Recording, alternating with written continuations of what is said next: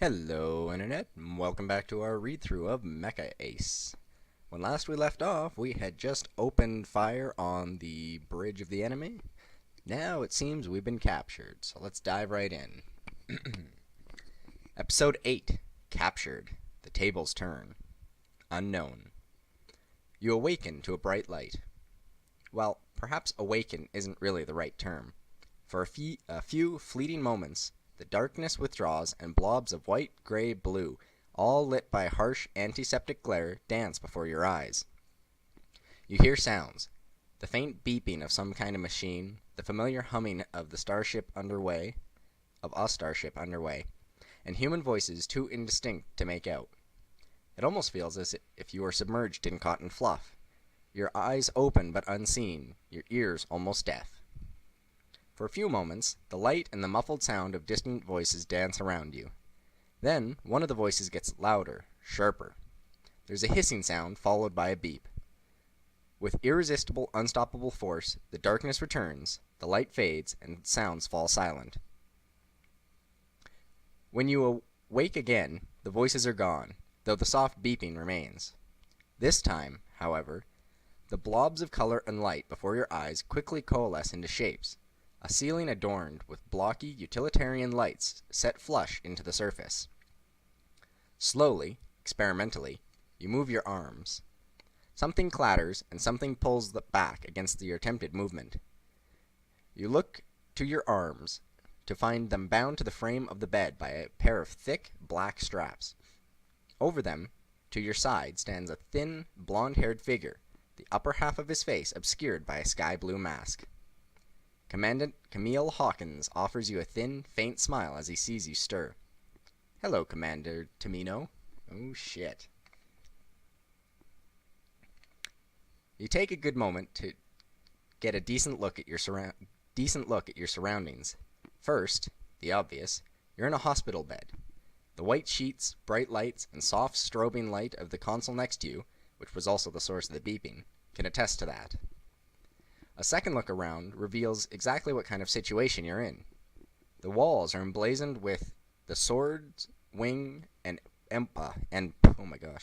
planet emblem of the Empire of Humanity Ascendant. Your arms and legs are both strapped down, and it seems unlikely that anything short of a knife will break those bonds.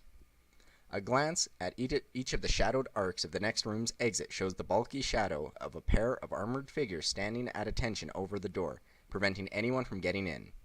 Or out. Obviously, you aren't in an advantageous position right now.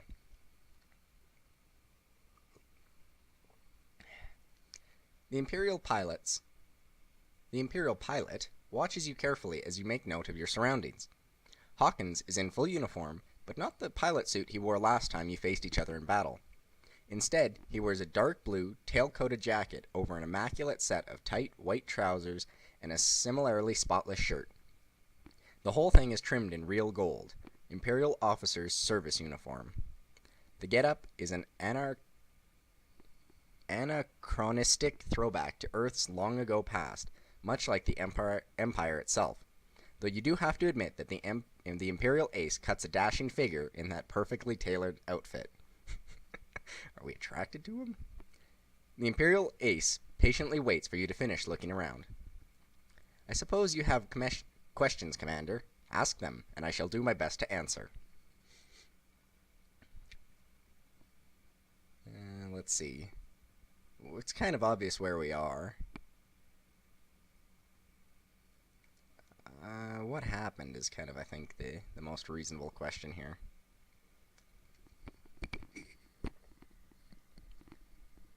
Hawkins tilts his head quizzically. I'm afraid you're going to have to be more specific than that, Commander. What happened to what? Well, let's start with how I'm still alive. The last thing I remember was my machine getting hit by about 5,000 of your missiles. Hawkins shakes his head. Not quite. Only one of those missiles hit when the Star Marshal ordered the fleet to fire on you. The blast from the first knocked out the others.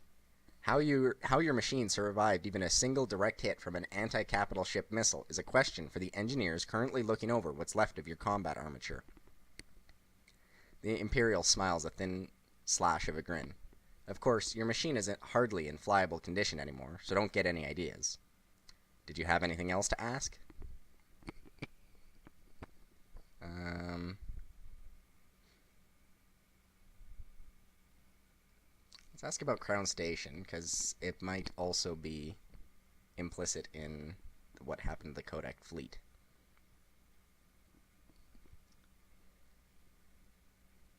Crown Station surrendered. I just got an achievement there, I notice. Crown Station surrendered without a shot being fired after the battle, Hawkins replied. None of us thought the situation would be unarmed. The original plan was to simply use our new weapon to destroy it. Of course, it didn't come to that. Hawkins sounds almost relieved when he says that. I suppose I should thank whoever disabled our weapon. You wouldn't happen to know anything about that, would you? He asks, eyeing you with a sidelong glance which tells you that the Imperial knows exactly who was responsible for that order. Whoever it was, I'm glad that they did. If we had destroyed Crown Station, we'd have done naught but take millions of innocent lives. The Imperial command officer has made it clear that he doesn't much like the Empire's new super weapon. You tell him as much, and he nods in agreement. There is no risk in destroying an enemy with impunity, no effort involved, Hawkins declares testily. Humanity will not fulfill its potential by shooting at enemies who cannot shoot back. Hawkins takes a breath. Excuse my sharpness, Commander. I carry strong opinions regarding this particular subject. Was there anything else you wished to ask?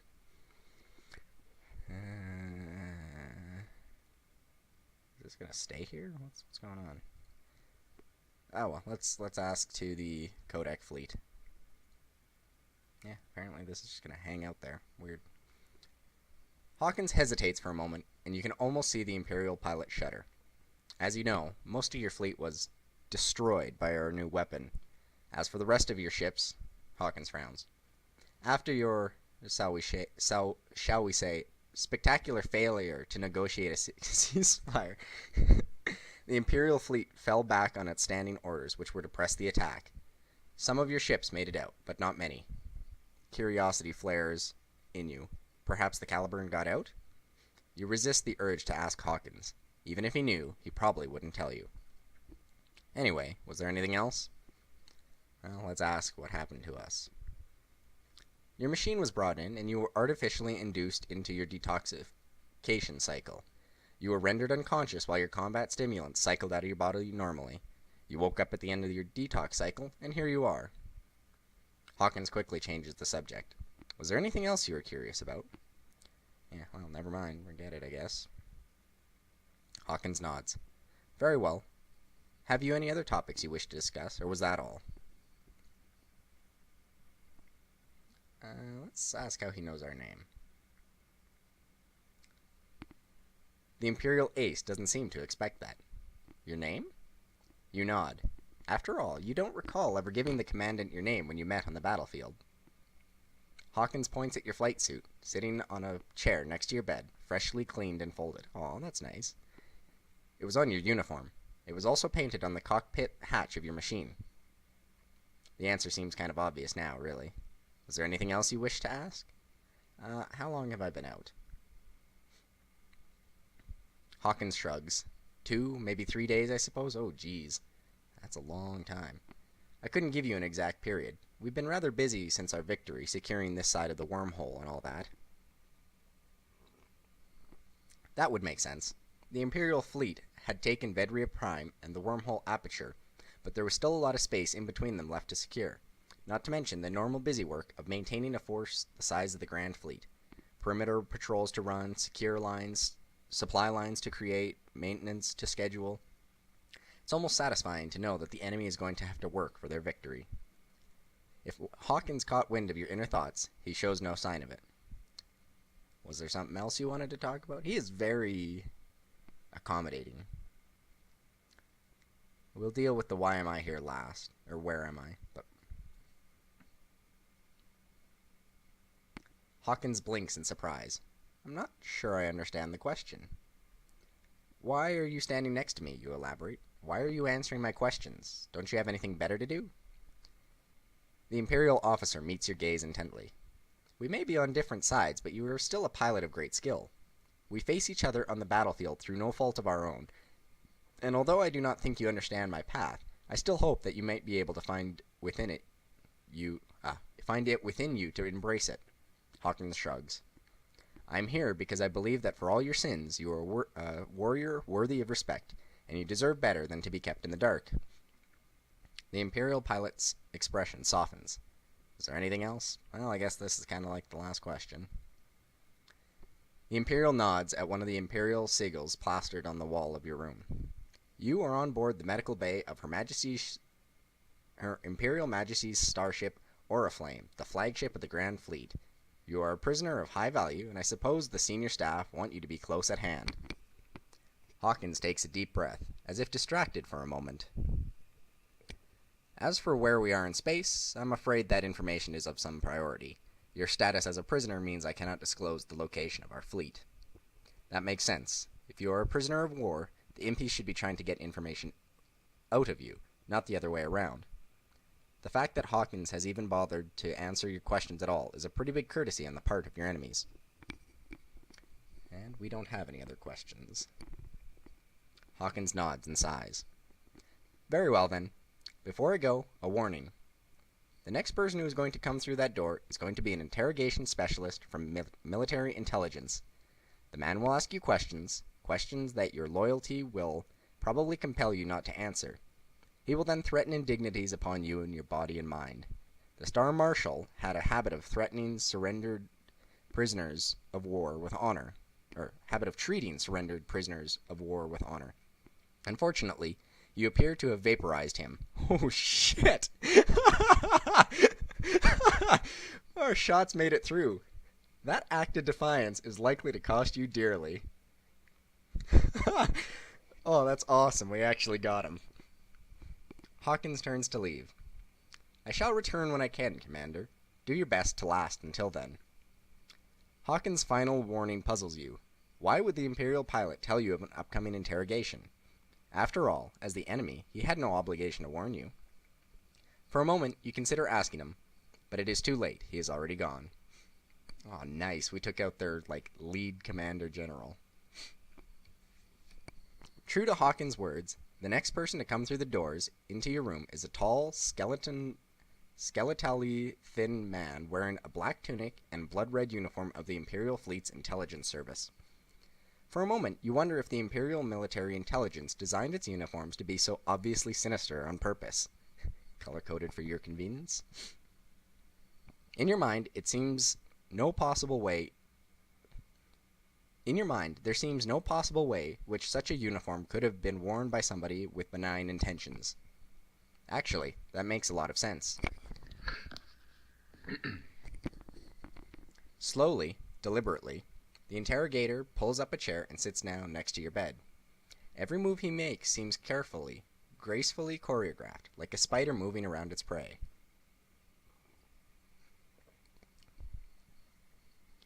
That was probably done on purpose, too.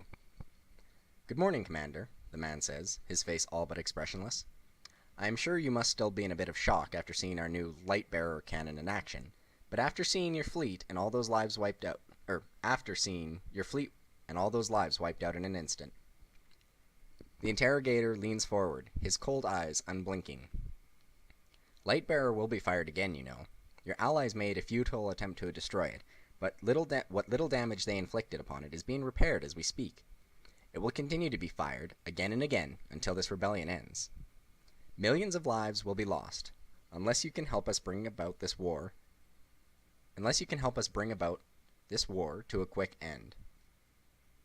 Bring this war to a quick end. I don't know why I kept adding a word there. You have military secrets that could save countless lives on both sides. Will you tell us? Let's see.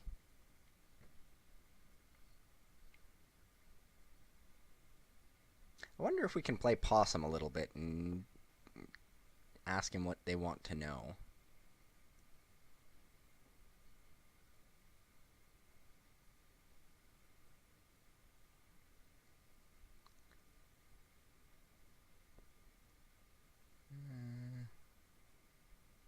I'm not telling you anything. You know, screw you. The interrogator nods, accepting your defiance with feigned boredom. That is quite unfortunate, pilot. There are many things I would like you to tell me. The specifications of your peculiar white armored combat armature, perhaps. You say nothing. The Imperial Intelligent Man's... Oh my gosh, that sentence. The Imperial Intelligence Man's brow furrows at your continued resistance. I shall give you one last chance to give you what I need to know. Do so, and you will be treated with civility. Refuse, and things will go very badly for you. You respond, once again, with silence. The interrogator shakes his head sadly. Very well, then. I hope you shall remember that you could have avoided all this. Ooh.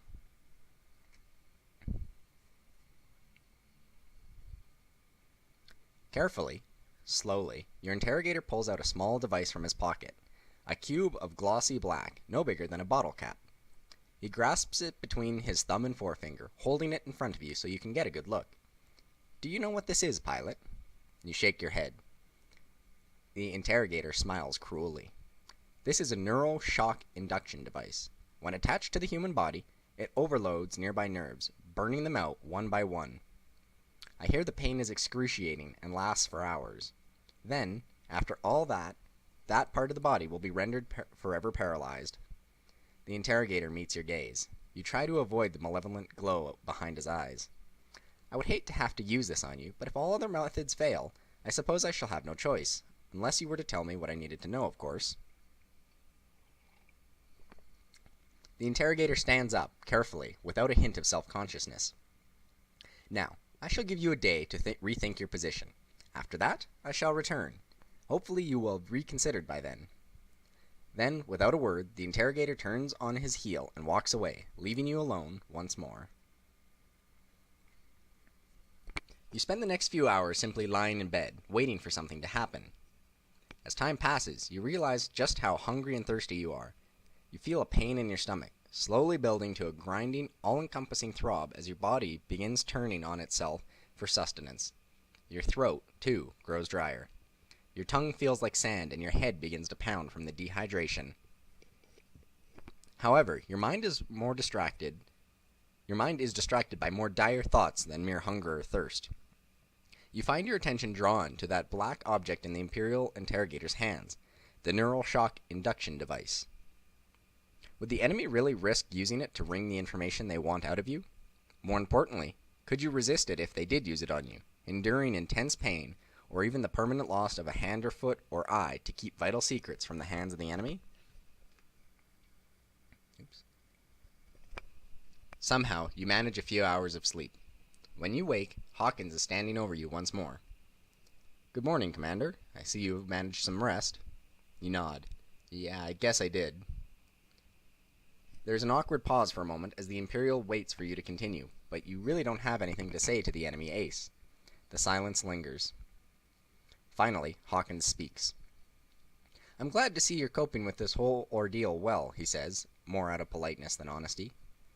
Before you can respond, the enemy pilot reaches into his pocket, pulling out a hip flask and some sort of bar wrapped in foil. You must be hungry and thirsty. Eat, he says with the force of a command. Drink, too. Quickly, before the guards at the door notice, he whispers. You eye the foil-wrapped bar. Emergency ration, high calorie, it says, with the text printed on the foil in big block letters. Your stomach suddenly clenches without prompting. You are hungry, and thirsty as well, to the point where you can barely think straight. You need food. You look at the silvery flask in the enemy pilot's hand. Your throat, too, begins to stink. Sting, not stink. You need to drink as well. I'm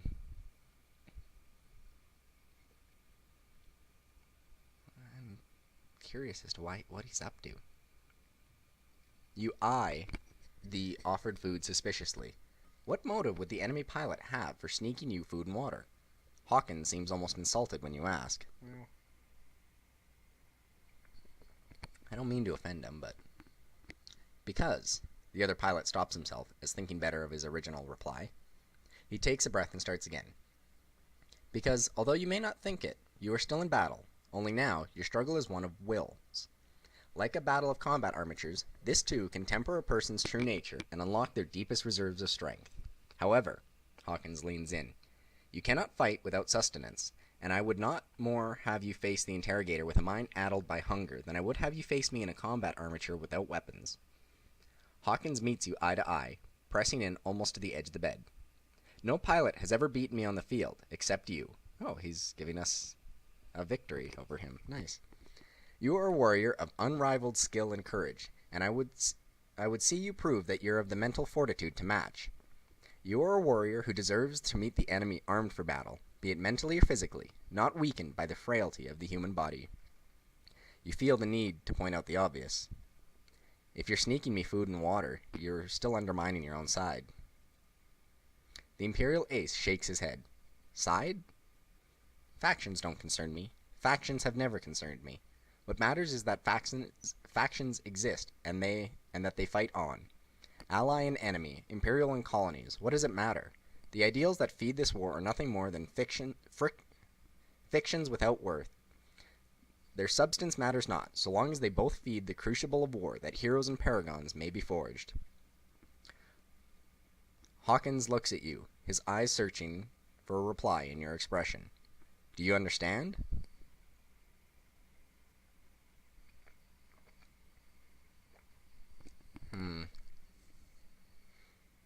I don't agree, but I understand.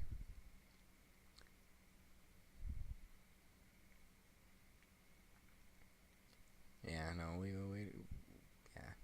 yeah. Hawkins nods.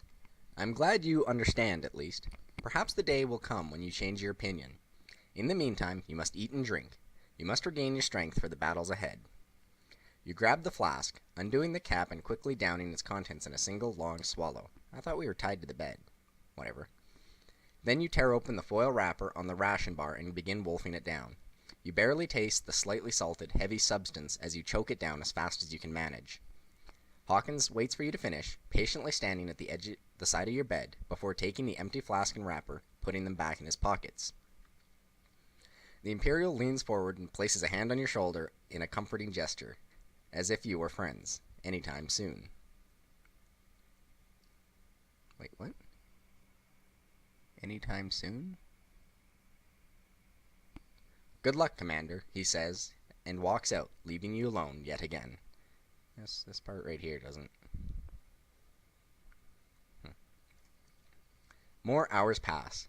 Strapped to the hospital bed, you can do little more than look around and wait for your next visitor. While hunger and thirst are no longer immediate concerns, you are still trapped within a box of metallic panels, bare decorations, and glaring colorless lights. Despite your best efforts to occupy your mind, the boredom is starting to get to you, and more than once you wonder if this interminable waiting is part of the interrogation process too. A sound at the exit pulls your eyes towards the darkened doorway, unnervingly eager to greet anything that might dispel the monotony of your trapped existence, if only for a moment. The shadows at the door change and recede, and the two new ones take their place. You exhale a moment later, barely realizing that your breath had been held in the first place. You feel a moment of shame for being so enraptured by the sight as mundane as the changing of a guard.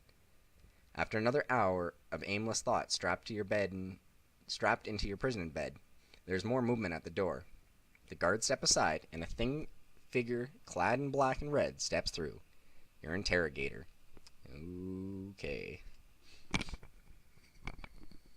Good morning, pilot, the interrogator says pleasantly as he once again sits down next to your bed with a malicious grin. Oh, with malicious grace, pardon me. Carefully, he pulls out the black shape of the neural shock induction device and holds it up where you can see it. I am sorry I have to resort to such barbaric methods, he says, with a complete lack of sincerity. But we must learn what you know, and sometimes that can mean extreme measures. I hope you understand. Wow, he's evil. He presses the device into the back of your right hand. There's an instant stinging of pain as you feel metal teeth dig into your flesh.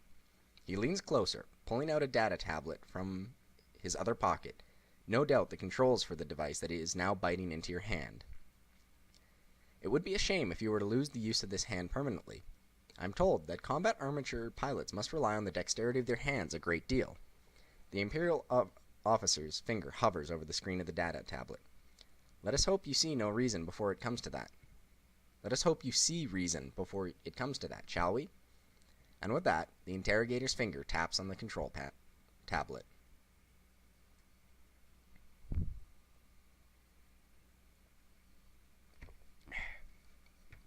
At first, the pain is almost bearable. More like a bad rash, really. Then, the interrogator taps his screen again. A dull, crushing pain presses on your fingers, as if you were being stepped on by a hard sole boot. You can feel your bones straining and aching. You can feel your skin tearing, breaking, and shredding apart. Give me the specifications of your combat armature and your command codes, your interrogator whispers in your ear. Give me these two things, and the pain stops. Go to hell. We're not cracking. The interrogator shakes his head, an actor playing the part of a disappointed parent. A pity. I expected you to have behave more rationally than this, pilot. We just shot up your commander. How rational do you expect us to be, buddy? The interrogator taps on his data tablet again. A jolt of searing pain lances through your hand, as if your blood was boiling, as if every scrap of skin, every tendon, and every bit of flesh on your palm were being cooked from the inside. Your teeth clench and grind from the pain. Unwanted tears come to your eyes as you struggle to keep yourself from screaming out. The interrogator leans in. I have increased the setting. If I am forced to increase the settings again, your hand will be permanently damaged.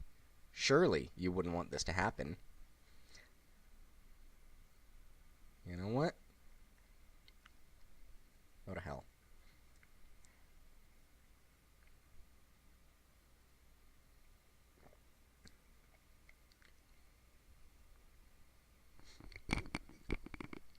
You try to will yourself to say nothing, to keep fighting, as the interrogator's hand reaches for his data tablet again.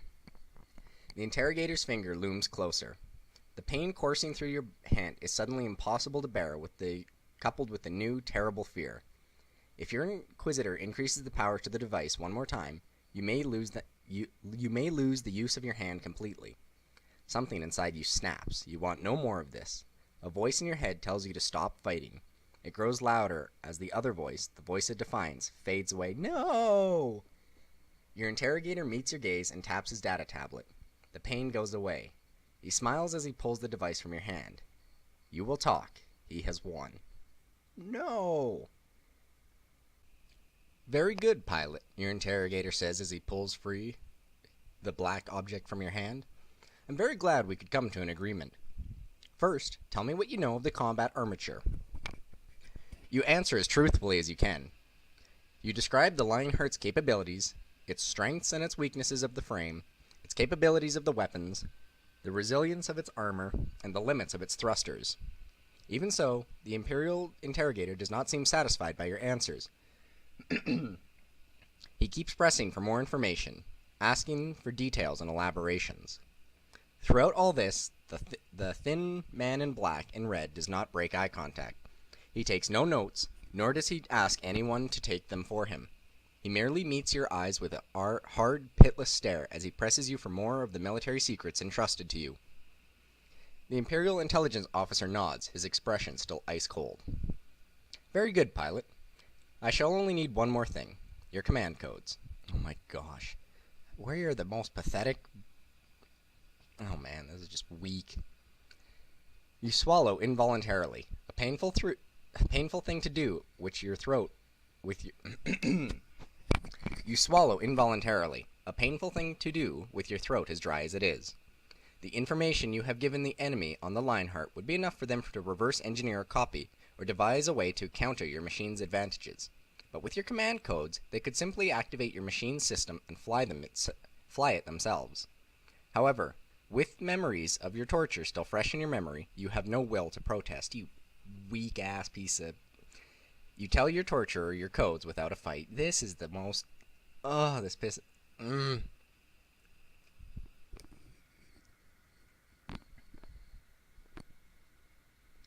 Your interrogator has no more questions after that. He simply leans back and stands up, a satisfied look on his skull-like face.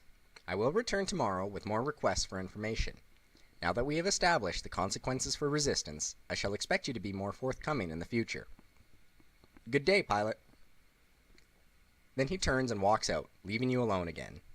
More time passes, some in sleep, some in monotonous, unending wakefulness. Ultimately, your thoughts wander to the continuing efforts of your interrogator. Despite what you've already given him, the sinister man in black and red shows no sign of continuing to extract information. How much more will you have to give up before they finally leave you in peace?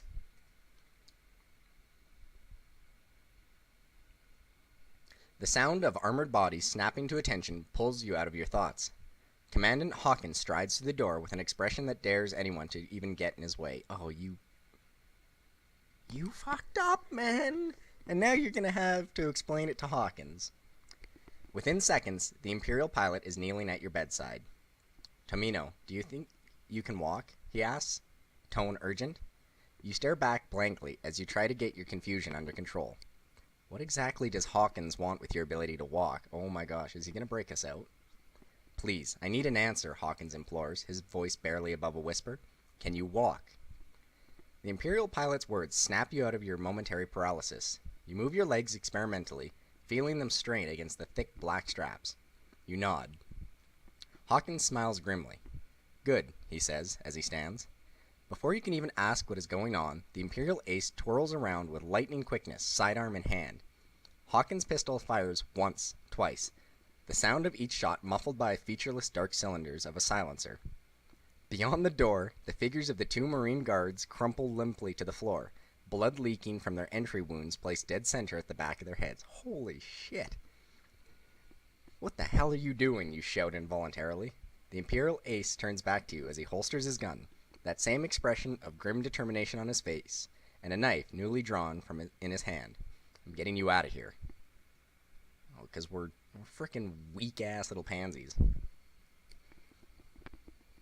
We're very little time before someone notices that your guards aren't checking in, so we shall have to move swiftly, Hawkins says, as he rips through the bonds of yours with the saw blade edge of his combat knife. The skin under your wrists and ankles are chafed and raw from after only who knows how many hours of confinement, but the fresh air feels good on them as the restraints fall away. Hawkins leans down to your bed frame, reaching under your mattress and pulling out a small, matte gray stick the size of your thumb. He turns to you and gently lifts you onto your feet, as if you were afraid you were fragile enough to shatter if jostled. This is an isolated hull block used for interrogations, so there shouldn't be any more guards around. Once we get off this area, I'm going to say, it's only 50 meters to the hangar bay where your machine is being kept. If we're lucky, we will not run into any more trouble. Your head spins and the cold floor feels unsteady under your feet. Experimentally, you stumble forwards a few steps, regaining your bearings with every second. It doesn't take long for your head to clear and your balance to restore itself. Hawkins looks you up and down quickly. All sorted? Good. He walks over to one of the fallen guards and grabs a pistol, handing the sidearm to you, grip first. I assume you know how to use one of these. Take it and follow me. I'll get you back to your own side.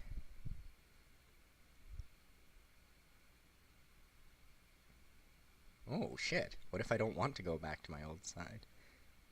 You know what? The only thing I'm curious about is what the heck he just pulled out from... What, this? Hawkins shows you the gray thumb-sized object in his other hand. This would be a data drive. What's on it? The plans to the Lightbearer.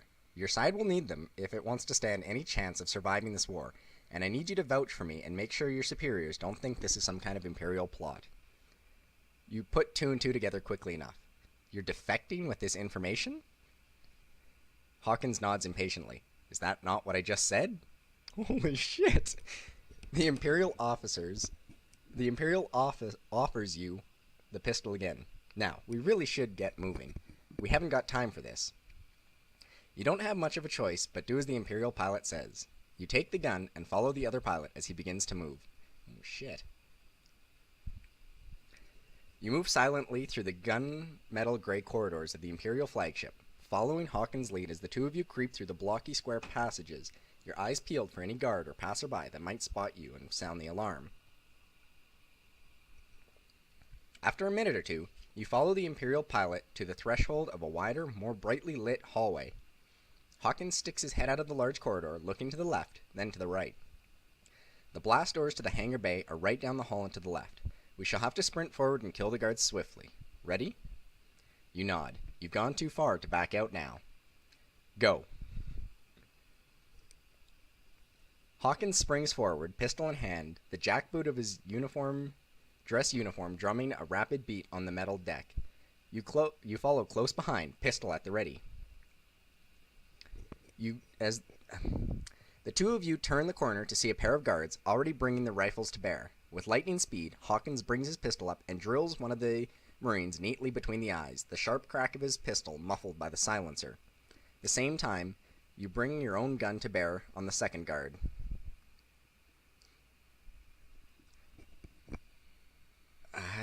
I shoot to kill because I don't want him sounding the alarm or something.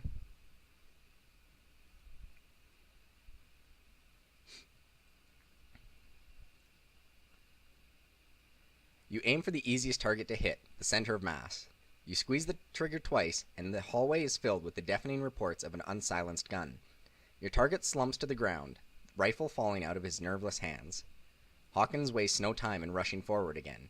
Through the doors, quickly. Someone is bound to have heard that. Two combat armatures greet you in the hangar bay. Oh, shit. One is the now familiar white armor shape of your Lionheart, still in near pristine condition despite all it's been through. Oh, really? The other mecha next to it, however, is unlike anything you have ever seen. The basic structure is much like that of the sleek, streamlined form of Valiers, which you have faced often throughout the war. However, its limbs have a certain knife-like edge bulk which gives you a sense of weight but not gracelessness. Its reactor module and veneers seem distinctly oversized to you. Most strikingly, a pair of slender, blade-like fins, almost as tall as the entire machine, extend from the back of the combat armature's back. It is painted in silver and blue, and upon the great glacis plate of the frontal armor, you can just make out something printed next to the cockpit hatch. XM419 Roland, Commandant Camille Hawkins. Apparently, your interest had not gone unnoticed. Beautiful, isn't it? Hawkins beams. What is it, you ask?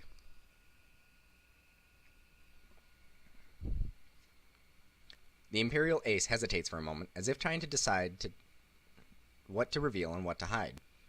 About 2 years ago, military intelligence got wind of rumors that Codex was developing a new generation combat armature. As a result, the Imperial military began to work on its own high-performance prototype. This is the result, the XM419 Roland. Its first test flight was to be tomorrow. I'll be taking it with us. You eye the Imperial pilot warily. If Hawkins truly is willing to defect to the Codex, then having him take the Roland with him would mean that your side would gain a great advantage, especially if it is as powerful as Hawkins says. On the other hand, how can you really trust the other pilot? Sure, he's helped you to escape so far, but is it really wise to assume Hawkins' own plans won't involve turning the Roland's weapons on you and allies at some point? So, do you trust him? I trust him, sure. Why not? You nod in agreement. The Imperial's gotten you this far. It would be stupid to stop trusting him now. Absolutely. Alright, can that thing fly, you ask? Hawkins glances at the Imperial machine. I damn well hope so. The thump of heavy boots and the clatter of armored men and women moving in this with great haste echoes from beyond the still open hangar bays. There they are, shouts an authoritative alto behind you. Shoot to kill! You shrug. Time to find out, then. The Imperial Ace flashes you an uncharacteristically enthusiastic grin as he dashes for the Roland. As the first bullets begin to fly in your direction, you run for the Lionheart with similar haste. You scramble up the maintenance ladder to your machine, bullets parking against the frame of the metal catwalk around you. Adrenaline lends you strength as you swing your body into the open cockpit. You crouch in the seat, making as small a target as possible for the armored shell of the Lionheart, as the armored shell of the Lionheart's cockpit module closes around you. Frantically, you enter your command codes and begin the boot-up sequence, tapping your fingers anxiously against the armrests of your chair as the machine's flight systems boot up. One by one, your cockpit displays light up, and the darkness of your cockpit is banished by the crystal-clear views of the hull cameras. More and more Imperial Marines are flooding into the hangar bay. Some are opening fire with their rifles, the rounds ineffectually pinging off the machine's armor. Others are setting up heavier weapons. Shoulder-launched hypervelocity missiles. A lucky hit from one of them might be enough to do some damage. Beside you, the Roland stirs to life, sections of its metal and ceramic body lighting up as Hawkins' machine steps out of its maintenance berth. Suddenly, it occurs to you that you have no way out. The hangar doors are open from a control booth on the other end of the bay. As you push the Lionheart forward onto the hangar deck, you see no other way of getting out. From the corner of your eye, you see the combat armature pull a long, slim shape from its back. The way the Roland holds it makes it clear that the object is some kind of weapon. The masked pilot opens a comm channel to your machine. "Wait a moment," he says. "What are you doing?" you reply. "Making an exit." Suddenly, the blades on the Roland's back flare out like a pair of silvery wings as Hawkins brings the Imperial's prototype weapon to bear on the side wall of the hangar bay. The massive chamber fills with a bright, burning brilliance. An intense beam of white-hot light shoots out from the muzzle of Roland's weapons like an all-consuming flame from God's own blowtorch. The metal fans of the Roland's wings are engulfed in a bright blue flame as jets of hot gases spray out along the sides, silvery feathers in great blazing torrents. Oh wow, that's quite a picture. The sound is deafening, a waterfall of banshee wails, drowning out the screams of the Marines outside as their flesh and clothing ignite from the heat of the Roland's weapon exhaust. Ooh, that's less of a nice picture. Then, the sound begins to fade, the light subsides, the beam withers away, leaving you in an unobstructed view of Hawkins' handiwork. A gaping hole large enough for 3 combat armatures to fly through side by side, punched through the side of the Oraim's meter-thick armor. Beyond, you can see the expanse of open space, and with it, freedom. Thankfully, the Imperial fleet is slow to respond to your escape. By the time your enemy finally gives chase, you have long since escaped the range of their weapons. You can't help but be on your toes as you and Hawkins speed towards the aperture of the wormhole as fast as your respective machines can carry you. Every so often, you glance at the tactical display, hoping that the Imperials have not sent machines in pursuit. You have no doubt Hawkins is doing the same thing. Thankfully, they never do. The wormhole linking the Vedria system with the core codec system of New Lubsen is as you remember it from the last time you passed through on your way to meet up with the Caliburn just a few months ago. The wormhole itself is invisible to the naked eye, but your instruments pick it up just fine, and the navigational beacons placed around the opening makes navigating to it easy. Traversing the wormhole itself is an anticlimactic process. One moment, you're being drawn towards the aperture by the anomaly's own gravitational pull. Your hull cameras, distorted by the wormhole's forces, blank out, as do your sensors. One instant, you are blind and deaf, approaching the wormhole's event horizon. The next, you are elsewhere.